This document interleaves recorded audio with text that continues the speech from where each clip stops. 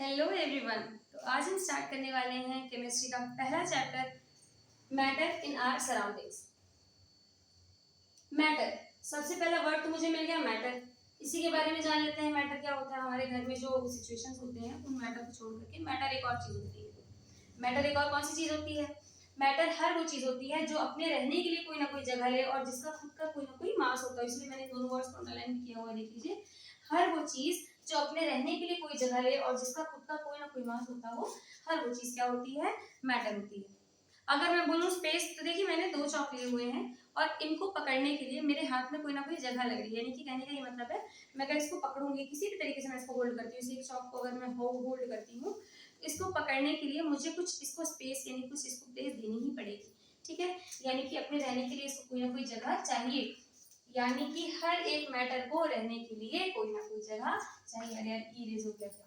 ठीक है, अब बात करते हैं मास के बारे में। मास और वेट, बच्चे अक्सर कंफ्यूज रहते हैं कि मास और वेट दोनों अलग अलग, सॉरी दोनों एक ही चीजें होती हैं, बट एक्चुअल में सच बताऊं, मास और वेट दोनों ही एक चीज नहीं होती हैं, दोनों ही अलग चीजें होती हैं। कैसे पता चलेगा दोनों चीजें अलग होती हैं? दोनों चीजें अलग इसलिए होती हैं क्योंकि मास का मतलब होता है amount of particle present in a substance. जैसे कि मान लीजिए मैंने ये चौक लिया था, ठीक है, चौक से मैंने देखिए छोटा सा टुकड़ा तोड़ा है, ठीक। चौक से जो टुकड़ा मैंने तोड़ा, अगर आपको ब्लू कलर कुछ दिखाई दे रहा होगा, suppose I don't know that whether you are being able to see the things और नॉट, है। तो अब ये बहुत छोटे छोटे पार्टिकल्स में बट गया, तभी मेरे हाथ में कुछ इस तरीके से लग गया है। यानी कि जितने ज्यादा छोटे छोटे पार्टिकल से मिल करके कोई चीज बनी हुई है, वही उसका क्या है? वही उसका क्या है? मास। ठीक, लेकिन वेट ये चीज नहीं होती है। वेट ये चीज नहीं होती है। मास और वेट के बीच में एक अंतर होता है। बहुत ज्यादा फिलहाल इस चैप्टर में बताने की तो मुझे जरूरत है नहीं, पर थोड़ा सा जान लेते हैं। वेट का मतलब होता है जितनी ज्यादा फोर्स यानी जितनी ज्यादा ताकत से अर्थ हमको खींच रही है, वो हमारा वेट है। ठीक, जितने फोर्स से अर्थ हमको खींच रही है वो हमारा वेट है। और अगर मैं मास की बात करूं तो amount of particle present in a substance, किसी भी सब्सटेंस में कितने ज्यादा पार्टिकल प्रेजेंट है वो बताने वाला कौन होता है? मास होता है। तो मैटर के बारे में ध्यान दीजिएगा, हर चीज जो अपनी खुद की कोई ना कोई स्पेस ले और जो बहुत छोटे छोटे पार्टिकल से मिलकर के बनी हुई है, जिसका खुद का कोई ना कोई मास होता हो, उन्हीं चीजों को क्या कहा जाता है? उन्हीं चीजों को मैटर कहा जाता है। यहाँ पर सवाल ये आता है कि यहाँ मैंने एयर लिखा हुआ है, क्या एयर भी एक मैटर है? क्या एयर भी एक मैटर है? बिल्कुल, एयर भी एक मैटर है। एयर भी एक मैटर है। क्यों मैटर है? एयर तो अपने रहने के लिए कोई जगह नहीं लेगा। सब लोग कहेंगे अरे एयर कहाँ ले रही है अपने रहने के लिए, बट जरा सा एयर अपने रहने के लिए कोई ना कोई जगह ले रही है, यही तो बात है। क्या चीज देख लीजिए, एयर, जब आप कभी बैलून लो और उस बैलून को ब्लो करो तो उसके अंदर जो हवा भर जाती है, क्या वो हवा अपने अंदर रहने के लिए कोई जगह नहीं ली है? ली है ना। इसका मतलब कि एयर भी क्या है? एक मैटर। इसी मैटर को और ज्यादा डिटेल में जानने के लिए हम जान लेते हैं कि मैटर की अपनी अपनी प्रॉपर्टीज होती हैं, अपनी अपनी विशेषताएं होती हैं। तो मैटर की प्रॉपर्टीज की अगर मैं बात करूं तो मैटर की दो प्रॉपर्टीज होती हैं। कितनी प्रॉपर्टी होती है? दो प्रॉपर्टीज होती हैं, फिजिकल प्रॉपर्टी और केमिकल प्रॉपर्टीज। केमिकल प्रॉपर्टीज को अभी यहाँ पर छोड़ देते हैं, फिजिकल प्रॉपर्टी की बात करते हैं। केमिकल प्रॉपर्टी सेकंड चैप्टर में जानेंगे, ठीक है ना। तो जो फिजिकल प्रॉपर्टी होती है वो तीन है, सॉलिड, लिक्विड और गैस। फिजिकल प्रॉपर्टीज क्या है? सॉलिड, लिक्विड और गैस। कोई भी चीज, कोई भी मैटर तीन हिस्सों में बटा हुआ होता है, सॉलिड, लिक्विड और गैस। जिसमें से सॉलिड, लिक्विड और गैस जाने से पहले मैंने एक शब्द अभी आपके सामने बोला जिसका नाम था पार्टिकल। क्या नाम था? पार्टिकल। ये पार्टिकल क्या है? कोई भी चीज बहुत छोटे छोटे हिस्से में बटा हुआ है ना। जिन छोटे हिस्सों की मैं बात कर रही हूँ ना, जो छोटे छोटे छोटे छोटे डॉट्स होते हैं, देखिए अभी मैंने आपको मॉलिक्यूल नहीं बोला, अभी मैंने आपके सामने एटम नहीं बोला, अभी मैंने आपके सामने आयंस नहीं बोला, इन सब के बारे में बाद में जानेंगे। अभी इन सारी चीजों को केवल हम एक नाम लेंगे और जो नाम हम इसके सामने लेंगे वो नाम हम क्या लेंगे? वो नाम हम ले लेंगे, वो नाम हम कौन से ले लेंगे? वो नाम हम ले लेंगे पार्टिकल्स। पार्टिकल्स बहुत छोटे छोटे कण होते हैं, बहुत छोटी छोटी चीजें होती हैं, ठीक है ना। और इन पार्टिकल्स की भी अपनी कोई प्रॉपर्टीज होती हैं। पहली प्रॉपर्टी होती है it is very small in size, it is very small. अगर आप चाहो तो इसको अपने नोट्स में भी लिख सकते हो, इट इज वेरी स्मॉल। दूसरी इसकी प्रॉपर्टी होती है इनके बीच में इंटरमॉलिक्यूलर फोर्स होता है। कैसा फोर्स होता है? इंटरमॉलिक्यूलर फोर्स बोल लीजिए, अट्रैक्शन बोल लीजिए, दोनों बात सेम। इसके अलावा इनके बीच में क्या होता है? इंटर मॉलिक्यूलर स्पेस भी होता है। यानी कि हमारे जो पार्टिकल्स होते हैं पहले तो वो बहुत छोटे छोटे होते हैं, उनके बीच में इंटरमॉलिक्यूलर फोर्स होता है और इनके बीच में इंटरमॉलिक्यूलर स्पेस होता है। एक बात और नोट कर लीजिएगा, जो हमारे पार्टिकल्स होते हैं ना, ये हमेशा कंटिन्यूअसली मोशन में रहते हैं। कंटिन्यूअसली आधा नहीं देती हूँ, कंटिन्यूअसली कैसे रहते हैं, मोशन में रहते हैं। और जिस मोशन में ये पार्टिकल्स रहते हैं उसको जिगजैग मोशन कहते हैं, या तो फिर बच्चों क्लास में वैसे तो ये बताया जाता है कि फिर भी जिगजैग मोशन बोलते हैं या फिर ब्रोनियन मोशन कहते हैं, ठीक है ना। हमारे जो पार्टिकल्स हैं या जिन कणों की हम बात कर रहे हैं, आगे चल के भी लगातार इसके बारे में बात हम करते भी रहेंगे। ये सारे के सारे पार्टिकल्स हमारे फोर होते हैं। कौन कौन से होते हैं, ये जो पार्टिकल्स होते हैं ये बहुत छोटे होते हैं साइज में, इनके बीच में इंटरमॉलिक्यूलर अट्रैक्शन होता है, इनके बीच में इंटरमॉलिक्यूलर फोर्स भी, स्पेस भी होती है, और ये हमेशा कंटिन्यूअसली एक मोशन में रहते हैं। जिस मोशन में ये पार्टिकल रहते हैं उसको जिगजैग मोशन कहते हैं। यहाँ मैंने कुछ बहुत अजीब से वर्ड्स बोले, जैसे कि एक वर्ड मैंने बोला इंटरमॉलिक्यूलर अट्रैक्शन, या फिर किसी का फोर्स भी बोला जाता है कई जगहों पर, और एक वर्ड मैंने बोला इंटरमॉलिक्यूलर स्पेस। देखिए अगर मैंने नाम लिया सॉलिड का ना, सॉलिड के लिए एक इमेज अपने मन में बसा लीजिए, तो आपको कभी भी इसके बारे में दिक्कत नहीं होगी जानने में। ऐसे एक हमारे पास हो गया लिक्विड, एक हमारे पास हो गया गैस, ठीक है। एक इमेज, इसको तो बिल्कुल नोट कर लीजिए अपने मन में, चाहे जो भी समझ लीजिए। ये ऐसे दिखाई देते हैं, देखिए सॉलिड्स हमारे जो होते हैं वो कुछ इस तरीके के दिखाई देते हैं, देखने में ये सॉलिड्स कुछ ऐसे होते हैं। और इसी जगह मैं लिक्विड्स की बात करूंगी तो लिक्विड्स में देखिए, लिक्विड्स में भी मॉलिक्यूल्स सॉरी पार्टिकल्स, अभी सिर्फ पार्टिकल्स हैं, ठीक। और गैस में जो पार्टिकल्स होंगे वो और होंगे। इनके बीच का डिफरेंस क्या है, देखिए मैंने कहा सॉलिड्स के अंदर क्या है, पार्टिकल्स हैं, क्या है, पार्टिकल्स हैं। देखिए कितने सारे पार्टिकल्स हैं, लिक्विड में ये पार्टिकल है, गैस में ये पार्टिकल्स हैं। अगर आपने ध्यान दिया होगा तो सॉलिड में जो पार्टिकल्स हैं वो कुछ ज्यादा हैं, लिक्विड में इनके कंपैरिजन जो पार्टिकल्स है वो थोड़े दूर दूर है, यानी कि थोड़े कम होंगे। गैस में यही पार्टिकल्स कम होते होते केवल थ्री पार्टिकल्स आपको दिखाई दे रहे हैं, यानी कि इसमें हमारे यही जो पार्टिकल्स हैं ये थोड़े और ज्यादा कम हो गए हैं। यानी कि सॉलिड और लिक्विड और गैस में अगर मैं पार्टिकल्स की बात करूं तो सबसे ज्यादा पार्टिकल्स किसमें है, सॉलिड में है, उससे कम लिक्विड में है और उससे कम गैसेस में, ठीक। अब इस चीज को देख करके हम इस पार्टिकल के बारे में समझ सकते हैं। देखिए मैंने कहा कि ये पार्टिकल बहुत छोटे होते हैं, हाँ भाई बिल्कुल सही है। अगर ये पार्टिकल बहुत छोटे नहीं होते तो मुझे एक एक पार्टिकल इसके अंदर का दिख रहा होता कि नहीं दिख रहा होता, बिल्कुल दिख रहा होता, लेकिन दिख तो नहीं रहा है ना, मतलब बहुत छोटा होगा। इसके बाद मैंने कहा इंटरमॉलिक्यूलर अट्रैक्शन, पार्टिकल्स के बीच में एक अट्रैक्शन होती है, पार्टिकल के बीच में एक अट्रैक्शन होती है। जो अट्रैक्शन पार्टिकल्स के बीच में होती है उसको क्या कहा जाता है, उसको कहा जाता है इंटरमॉलिक्यूलर अट्रैक्शन। ऐसे समझिए, आपको अपनी फैमिली में, आप अपनी फैमिली में बहुत पास पास हो, पास पास का मतलब है कि आप अपनी फैमिली से बहुत ज्यादा अटैच हो ना। इसका एक रीजन क्यों, क्योंकि आपको उनके उनके प्रति एक लगाव है, अपने पेरेंट्स के लिए कुछ एक लगाव है, आपको उनके साथ अच्छा लगता है ना। उसी तरीके से एक फोर्स होती है, या ऐसे समझ लीजिए कि अगर आपको किसी एक ऐसे बच्चे के साथ क्लास में बैठना पड़ जाए जिसको आप बिल्कुल नहीं पसंद करते हो, मतलब ये हो सकता है कि उसकी थोड़ी सी थॉट्स और आपकी थोड़ी सी थॉट्स जैसी ना हो, लेकिन टीचर ने बैठा दिया, टीचर का फोर्स है, उसी फोर्स की वजह से तो आपको साथ में बैठना पड़ रहा है। उसी तरीके से सॉलिड्स होते हैं। सॉलिड्स में देखिए किसी भी दो पार्टिकल को उठा लीजिए, किसी भी दो पार्टिकल को, किसी भी दो पार्टिकल के बीच में कोई ना कोई अट्रैक्शन या कोई ना कोई फोर्स होती है, जिसके कारण ये पार्टिकल्स बहुत पास पास होते हैं, ठीक है। पार्टिकल्स इंडिपेंडेंट रहना पसंद करते हैं। पार्टिकल्स पहले तो बहुत छोटे होते हैं, मुझे पॉइंट शायद ऊपर लिखना चाहिए था। दूसरी चीज, ये हमेशा मोशन में रहना पसंद करते हैं, क्योंकि इनकी अपनी एनर्जी होती है भाई, ये अपने हमेशा मोशन में रहना ही पसंद करते हैं। कि कोई भी पार्टिकल होगा वो हमेशा मोशन में रहना पसंद करता है, कभी भी एक जगह पर टिका रहना पसंद नहीं करता, लेकिन उसके बाद भी ऐसे ही रहता है, नहीं मोशन करता है। सॉलिड में मोशन कम है, मोशन नहीं है इसमें, इसीलिए तो सब पार्टिकल्स पास पास में है, ठीक है। देख लीजिए एक बार, जो हमारे सॉलिड्स होते हैं उनके पार्टिकल्स काफी ज्यादा पास पास क्यों है, क्योंकि इनके बीच में एक अट्रैक्शन होती है, इनके बीच में एक अट्रैक्शन होती है। यानी कि हमारे जो सॉलिड्स होते हैं, सॉलिड्स में एक प्रॉपर्टी होती है, इनमें एक अट्रैक्शन होती है, यानी कि दो मॉलिक्यूल के बीच की जो अट्रैक्शन होती है उसी को हम लोग इंटरमॉलिक्यूलर अट्रैक्शन कहते हैं। यानी कि एक ऐसी लगाव होता है, अगर मैं बात करूं कि दो पार्टिकल्स के बीच में अट्रैक्शन की बात करूं, या ऐसी कोई बात करूं जिसके कारण ये आसपास रहते हो, तो वो एक फोर्स है, वो एक ताकत है जिसकी वजह से दो मॉलिक्यूल्स नहीं, दो पार्टिकल्स पास पास में रहते हैं। वही जो चीज होती है, उसी पार्टिकल के बीच की जो ताकत होती है उसी को हम लोग इंटरमॉलिक्यूलर फोर्स कहते हैं। अच्छा, यहाँ पर देखिए दो मॉलिक्यूल्स के बीच में गैप भी तो है, इस गैप का भी कोई ना कोई नाम होगा, ये जो जगह है इसका भी कोई ना कोई नाम होगा। इंटर मतलब बीच में, स्पेस मतलब जगह, ठीक है। दो मॉलिक्यूल्स के बीच की जो जगह होती है उसको इंटरमॉलिक्यूलर स्पेस कहा जाता है। कोई दिक्कत नहीं है यहाँ तक, आगे बढ़ते हैं। इसके बाद स्पेस हमको पता चल गया, पार्टिकल्स हमेशा मोशन में रहते हैं ये हमको पता चल गया, इंटरमॉलिक्यूलर अट्रैक्शन क्या होता है हमको ये पता चल गया, और पार्टिकल्स बहुत छोटे होते हैं हमको ये पता चल गया। अब हम पता करेंगे हमारी सॉलिड की प्रॉपर्टीज क्या क्या होती है। अब हम पता करेंगे कि हमारी इन्हीं सॉलिड्स की जो जो प्रॉपर्टीज होती हैं वो क्या क्या होती है।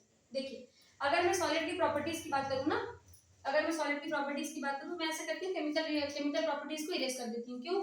क्योंकि केमिकल प्रॉपर्टीज का हमको काम तो है नहीं, केमिकल प्रॉपर्टीज हम सेकंड चैप्टर में पढ़ेंगे ना, मैटर की केमिकल प्रॉपर्टीज के बारे में सेकंड चैप्टर में पढ़ेंगे, इसका भी हमको कोई खास काम है नहीं। ठीक है, देखिए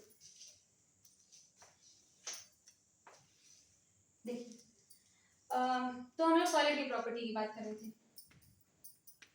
सॉलिड्स कैसे होते हैं? सबसे पहली बात, सॉलिड जो होते हैं इनका फिक्स शेप होता है और वॉल्यूम भी इनकी फिक्स होती है। सॉलिड जो होते हैं वो रिजिड होते हैं, सॉलिड जो होते हैं वो कैसे होते हैं? वो रिजिड होते हैं, फिक्स शेप होती है, फिक्स वॉल्यूम होता है, ये इनकम्प्रेसिबल होते हैं। कैसे होते हैं? इनकम्प्रेसिबल। इसके बारे में बताती हूँ और ज्यादा। ठीक है, इसके अलावा और कौन सी और भी पॉइंट याद आ रहा है? फिक्स शेप होता है, फिक्स वॉल्यूम होता है, रिजिड होते हैं, इनकम्प्रेसिबल होते हैं, और ये it can not fill the whole space, it can not fill the space. Space नहीं बोलूंगी, ये इनकम्प्लीट मतलब कि किसी भी जगह को इनकम्प्लीटली फिल करता है, पूरी तरीके से फिल नहीं कर सकता। अभी रीजन बताऊंगी। देखिए मैं कह दूं कोई भी सॉलिड हो उसका फिक्स शेप होगा, हाँ भाई ऐसा तो है नहीं कि आज आप ज्यादा कि अपने लिए डिजिटल बढ़िया सा मोबाइल लेकर के आए, कोई गेम लेकर के आए और वो रेक्टेंगल है अचानक से स्क्वायर हो गया या अचानक से वो सर्कल हो गया, ऐसा तो कभी नहीं हुआ। कोई भी सॉलिड होगा उसका शेप तो सेम ही रहेगा, वॉल्यूम सेम रहती है, बिल्कुल सेम रहती है। वॉल्यूम लेंथ ब्रेड्थ हाइट कौन सी चीज ऐसी है जो हट जा रही है, जो हट रही है या बढ़ रही है या घट रही है, ऐसा तो नहीं होता। इसके अलावा ये रिजिड होते हैं, रिजिड मतलब ठोस, रिजिड मतलब ठोस। अगर मैं इसको कितना भी मारूंगी ना, हालांकि थोड़ा भी मारूंगी टूट भी सकता है, ऐसा नहीं कहूंगी, लेकिन फिर भी सॉलिड जो होते हैं वो रिजिड होते हैं। अब यार अब आप लोग बोलोगे कि इसको अगर मैं बहुत ज्यादा प्रेस कर दूं या मैं कोई बॉटल उसको बहुत अच्छे से प्रेस कर दूं उसका शेप बदल जाता है, तो फोर्स लगाने के कारण कोई चेंज तो आएगा ही ना। फोर्स लगाए बिना अगर देखा जाए तो वो चीजें रिजिड होती हैं, वो चीजें उनमें कोई परिवर्तन नहीं होता। यही सॉलिड जो होते हैं वो इनकम्प्रेसिबल भी होते हैं। इनकम्प्रेसिबल का मतलब होता है किसी भी चीज को जितना भी ज्यादा दबाओ लेकिन उसके शेप में कोई चेंज नहीं आ रहा है, वो कंप्रेस नहीं होते हैं, वो दबते नहीं है। ठीक, it can not fill the whole space. याद रखिएगा, कभी ध्यान दीजिएगा, आप कोई बॉटल ले लो और बॉटल में कोई बॉक्स ले लो और उसी बॉक्स में आप बॉल भरने लग जाओ। जब आप उसमें बॉल भरोगे ना तो उसमें कुछ जगह ऐसी रहेगी जो वैकेंट रह जाएगी, जो खाली रह जाएगी, खोखली रह जाएगी। ठीक, यानी कि सॉलिड जो होते हैं वो पूरी पूरी जगह को फिल नहीं करते। इसी जगह अगर मैं लिक्विड्स की बात करूं, सॉलिड्स नोट कर लीजिएगा, उसके बाद लिक्विड्स की बात करूंगी। मैं बहुत ज्यादा इसी पे कर देती हूँ, ठीक है। मैं लिक्विड्स की बात करती हूँ। लिक्विड में फिक्स शेप नहीं होता है, लिक्विड में फिक्स शेप नहीं होता है, does not have fix shape. Volume fix होती है, रिजिड नहीं होते, ये फ्लूइड होते हैं, रिजिड नहीं होती। कैसे होती है? फ्लूइड होते हैं। ये रिजिड नहीं होती, कैसे होते हैं? फ्लूइड होते हैं, ये फ्लूइड होते हैं। फ्लूइड का मतलब होता है एबिलिटी टू फ्लो। फ्लूइड का मतलब होता है जिसके अंदर काबिलियत, जिसके अंदर इतनी क्षमता हो कि वो फ्लो कर सकते, वो फ्लो कर सके। ठीक है, इसके अलावा ये इनकम्प्रेसिबल तो नहीं होते हैं, ये लो कंप्रेसिबल होते हैं, not very much compressible, not very much compressible.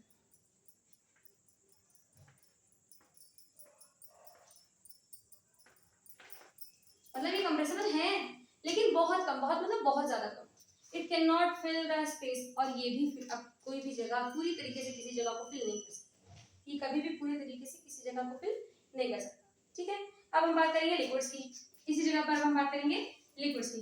Liquids को आप देख सकते हो, इनके मॉलिक्यूल्स पहले तो पूरे पूरे मोशन में हैं, अच्छे खासे मोशन कर रहे हैं, हैक कर रहे हैं कि नहीं कर रहे हैं। गैस में मॉलिक्यूल्स हमारे पार्टिकल्स हमारे बहुत अच्छी तरीके से मूव कर पा रहे हैं, गैस में हमारे जो भी पार्टिकल्स बहुत अच्छी तरीके से मूव कर पा रहे हैं। यानी कि अगर मैं गैस की बात करने लग जाऊंगी बस वर्ड लगता है ना, तो ये सारा गैस। ठीक है, तो जो गैसेस होते हैं ना, इनकी इनकी खासियत होती है, पहले तो इनका कोई फिक्स शेप नहीं है, does not have fix shape, है फिक्स शेप। अब इतना आप समझ ही सकते हो। ठीक, मैं पूरा नहीं लिखूंगी तो भी आप समझ सकते हो, बड़े हो बच्चे हो। ठीक है, इसके बाद इनका कोई वॉल्यूम कुछ फिक्स नहीं है, इनका ना फिक्स शेप है ना फिक्स वॉल्यूम है, कुछ नहीं है। ठीक, इसके अलावा इनके अंदर एक प्रॉपर्टी होती है, ये भी क्या करते हैं, ये भी फ्लो करते हैं, एबिलिटी टू फ्लो। इनमें भी ये भी फ्लूइड होते हैं। ठीक, ये भी फ्लो इसके अलावा ये हाईली कंप्रेसिबल होते हैं। कैसे होते हैं? हाईली कंप्रेसिबल होते हैं। हाईली कंप्रेसिबल का मतलब होता है कि इनको चाहे आप जितना भी कंप्रेस करना चाहो, आप उतना ज्यादा गैसेस को, एयर को कंप्रेस कर सकते हो। इसके अलावा it fill the whole space, ये पूरे स्पेस को फिल कर देता है। जैसे कि मान लीजिए मैंने कोई सामान उठाया, जैसे मान लीजिए मैंने कोई सामान फैलाने दिखा है, मान लीजिए मैंने ये बॉटल उठाई, ये लीजिए मैंने ये बॉटल उठाई। अगर मैं इस बॉटल को खोल दूं, रोटी, अगर मैं इस बॉटल को खोल दूं, तो अगर मैं बात करूं इसके अंदर क्या है, इसके अंदर कुछ नहीं है, इसके अंदर कुछ भी नहीं है, लेकिन फिर भी इसके अंदर कुछ है। इसके अंदर जो चीज है वो क्या है? वो एयर है। इसके अंदर अगर कोई भी चीज नहीं है ना, उसके बाद भी इसके अंदर कोई चीज है। इसके अंदर जो चीज है वो क्या है? वो एयर है। ठीक, यानी एयर एक ऐसी चीज होती है जो किसी भी चीज को फिल कर सकती है। अगर आपको भरोसा ना, आप लोग कहोगे नहीं मैम ऐसा नहीं होता है, अगर आप एक किसी चीज में, किसी कंटेनर में अगर आप मिट्टी भर दोगे ना, अब मिट्टी भरने के बाद में उसके बाद आप सोचोगे अरे मिट्टी तो पूरी भर गई, जगह तो पूरी भर गई। मैम ने तो कहा था कि सॉलिड जो चीजें होती है पूरे तरीके से किसी चीज को भर नहीं सकती। तो बेटा अगर आप मिट्टी को अगर आप किसी वेसल में रख करके आप सोच रहे हो कि वो पूरा वेसल भर गया, वो पूरा कंटेनर भर गया ना, तो आप गलत हो, क्योंकि स्पेस होती है। जो सॉइल पार्टिकल्स होते हैं उनके बीच में थोड़ी बहुत स्पेस रह जाती है, और वो जो थोड़ी बहुत स्पेस रह जाती है उसमें गैस आकर के बैठ जाती है, गैस उसमें रहती है। ठीक, यानी कि जो सॉलिड चीजें होती हैं वो पूरी तरीके से किसी चीज को फिल नहीं कर सकते, लेकिन हम गैसेस ऐसा कर सकते हैं। ठीक, अच्छा, ये तो हमारे मैटर की सॉलिड, लिक्विड और गैस की बात हो गई। अगर मैं सॉलिड, लिक्विड और गैस, इन तीनों की तीनों चीजों में अगर मैं सॉलिड, लिक्विड और गैस, अगर मैं सॉलिड, लिक्विड नहीं मेरे नहीं, तो कोई दिक्कत नहीं, अगर सॉलिड, लिक्विड और गैस इन तीनों ही चीजों की मैं बात करना चाहूँ और मैं इनके पार्टिकल्स के हिसाब से देखना चाहूँ, अगर मैं पार्टिकल के हिसाब से सॉलिड, लिक्विड और गैस में अंतर देखना चाहूँ, तो कैसे अंतर करूंगी? देख लीजिए, कैसे इनके बीच में डिफरेंशिएशन करूंगी, इसको देख लीजिए एक बार, कैसे देखेंगे? देखिए कैसे, मान लीजिए मैंने कहा कहीं पे सॉलिड है, कहीं पर लिक्विड है, कहीं पर गैस है। देखिए भाई मेरे पास जगह थोड़ी सी कम पड़ रही है, इसलिए मैं बहुत ज्यादा कुछ चीजें लिखूंगी, शॉर्ट में लिखूंगी, आप इससे समझ सकते हो। ठीक है, ये पार्टिकल स्मॉल होते हैं वो तो ठीक है। अगर मैं इंटरमॉलिक्यूलर स्पेस की फोर्स की बात करूं, तो सॉलिड में इंटरमॉलिक्यूलर फोर्स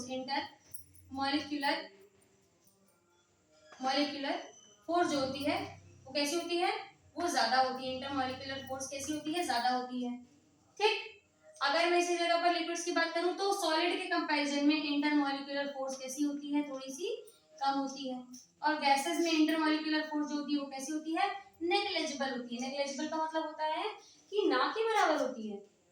इसी जगह पर अगर मैं बात करूं, ये क्या था यार, अगर मैं इसी जगह पर बात करूं, क्या, अगर मैं अगर मान लो मैं इसी जगह पर बात करूं किसकी? इंटरमॉलिक्यूलर स्पेस की। अगर मैं इसी जगह पर बात करूं क्या? इंटरमॉलिक्यूलर स्पेस की। तो इंटरमॉलिक्यूलर स्पेस, सॉलिड में कहां जगह है? स्पेस, देखिए ना, कहां स्पेस है इनकी मॉलिक्यूल्स या मैटर या अट्रैक्शन इनकी किसी चीज के बीच में? कोई जगह नहीं है, जगह नहीं है, जगह नहीं है। तो इसके अगर जगह नहीं है तो स्पेस कहाँ है भाई? जगह ही तो स्पेस होती है। यानी कि सॉलिड में जो स्पेस होती है वो ना के बराबर होती है लगभग, और लिक्विड में यही स्पेस जो होती है थोड़ी सी ज्यादा होती है। और गैस में स्पेस ही तो है, मॉलिक्यूल्स कम दिखे, सॉरी पार्टिकल्स मुझे कम दिख रहे हैं, बाहर मॉलिक्यूल्स में क्या आता है। इसके अलावा अगर मैं मोशन की बात करूं, तो सॉलिड ऐसे नहीं है सॉलिड मूव नहीं करते हैं, सॉलिड मूव करने की कोशिश करते हैं, क्योंकि वो भी तो पार्टिकल्स हैं, वो भी मूव करने की पूरी पूरी कोशिश करते हैं अपनी तरफ से, बट उतना ज्यादा मूव कर नहीं पाते हैं, इसीलिए वो अपनी जगह पर टू एंड फ्रो यानी कि वाइब्रेट करते रह जाते हैं, बहुत ज्यादा मूव नहीं कर पाते हैं। लेकिन हाँ, लिक्विड्स उस हिसाब से थोड़ा बहुत मूव कर पाते हैं, लेकिन गैसेस बहुत इंडिपेंडेंटली हर जगह से मूव करती हैं। यानी यहाँ पर हमारा फिजिकल प्रॉपर्टी तीनों स्टेट्स के बारे में हमको पता चल गया। अच्छा, दो स्टेट्स के बारे में मैं आपको और ज्यादा बताने जा रही हूँ, हालांकि वो आपके किसी काम का है नहीं, लेकिन बहुत थोड़ा सा मैंने इसमें कुछ लिखा भी नहीं है, लेकिन दो के बारे में मैं आपको बता दे रही हूँ। ठीक है ना, एक हमारा प्लाज्मा स्टेट है। प्लाज्मा स्टेट क्या होता है? आपने कभी आग देखी है? आपने थंडरस्टॉर्म देखी है? आपने देखा होगा बिजली कड़क रही है, या तो फिर दूसरा एक तो बिजली कड़क रही है, और दूसरा एक वो देख सकते हो क्या नाम से, आग जल रही है। अब ये बताओ, आग को आप सॉलिड मानोगे, लिक्विड मानोगे, या गैस मानोगे? ना आप सॉलिड मान सकते हो, ना आप लिक्विड मान सकते हो, ना ही तो आप गैस मान सकते हो। कभी भी कहीं पर भी अगर कभी भी आप आग देखते हो, तो उस आग को या जो बिजली कड़क रही है उसको आप ना ही सॉलिड मान सकते हो, ना ही तो लिक्विड मान सकते हो, और ना ही उसको गैस मान सकते हो। तब वो कौन सा स्टेट है? तब वो एक ऐसा स्टेट है जिसको हम प्लाज्मा कहते हैं। प्लाज्मा किसी भी मैटर का एक ऐसा स्टेट होता है, प्लाज्मा ध्यान दीजिएगा, प्लाज्मा किसी भी मैटर का एक ऐसा स्टेट होती है जिसमें आयंस, फ्री इलेक्ट्रॉन्स या आयंस होते हैं, और जहाँ पे हीट होगी वहां पर प्लाज्मा स्टेट होगी। ठीक है, गर्मी के कारण अगर ये ऐसी कोई चीज प्रोड्यूस हो रही है या ऐसी कोई चीज हो रही है तो वो क्यों हो रही है, क्योंकि वो प्लाज्मा स्टेट है। जैसे कि आग है या इलेक्ट्रॉन्स है, ये सारी चीजें क्या हो रही है, ये सारी चीजें गर्म है ना, और इसीलिए इनका जो स्टेट होता है वो कौन सा स्टेट होता है, इसमें प्लाज्मा स्टेट होता है। ठीक, इनमें आयंस होते हैं, और ये कैसे होते हैं, नई सॉलिड है, नई लिक्विड है, नई गैस है, ये हमारी फोर्थ स्टेट है। और जो फोर्थ स्टेट ऑफ मैटर है वो कौन सी है, प्लाज्मा है। इसके बाद मैं पांचवें स्टेट की बात करूंगी, लेकिन इसका भी आपको बहुत ज्यादा काम नहीं है, कौन तो बोस थे, मुझे ध्यान नहीं है सही से, पूरा नाम इसमें याद नहीं आ रहा है, सॉरी फॉर दैट। तो सत्येंद्र बोस थे शायद, सत्येंद्र बोस, सत्येंद्र बोस थे, सत्येंद्र बोस थे और आइंस्टाइन थे।